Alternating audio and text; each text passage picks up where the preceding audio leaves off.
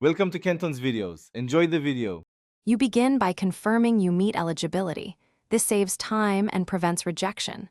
Once confirmed, gather ID, training certificates, and any equipment records.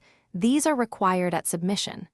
Next, complete the official application form precisely, pay the fee, and schedule the testing appointment. Do this early to secure slots and avoid rush fees. It also gives you time to correct errors.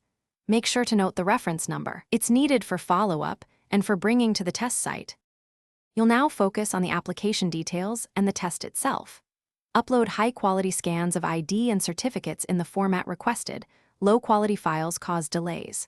Once done, plan to arrive 15 to 30 minutes early at the test center with original documents. During testing, verify instrument calibration and follow safety procedures.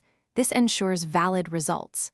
If you're using employer-submitted data, double-check names and numbers to match your ID, because mismatches require reprocessing and slow certification. You finish by confirming results and securing the certificate. Once testing is complete, expect provisional results, then receive the official certificate by mail or downloadable from the portal. Save both. Make sure to register the certificate with your employer or the regulator and keep a digital and printed copy for inspections. If there's a problem, such as rejection for documentation or failed calibration, act quickly. Review the stated reason, correct the specific issue, and request reassessment or reissue to avoid downtime. Thanks for watching. Consider subscribing if we helped you.